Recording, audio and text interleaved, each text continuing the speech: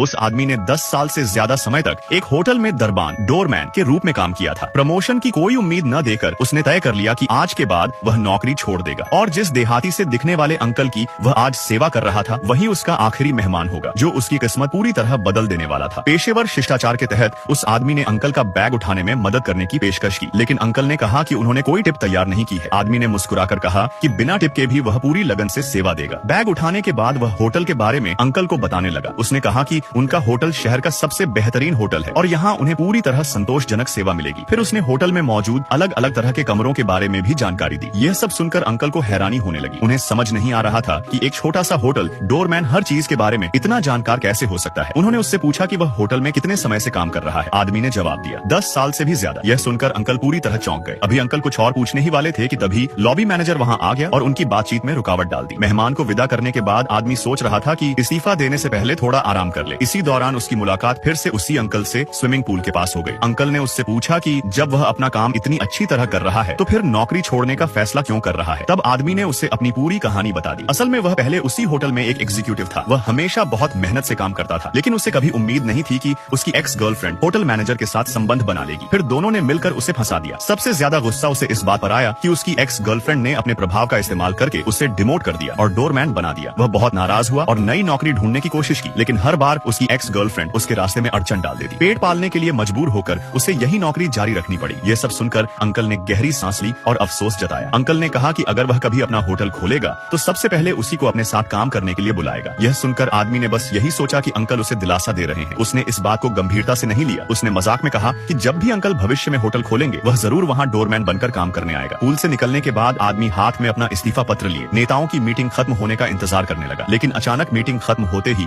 Hotel के सभी बड़े अधिकारी एक साथ बाहर निकले। सामने चल रहे व्यक्ति को देखते ही आदमी सन्न रह गया।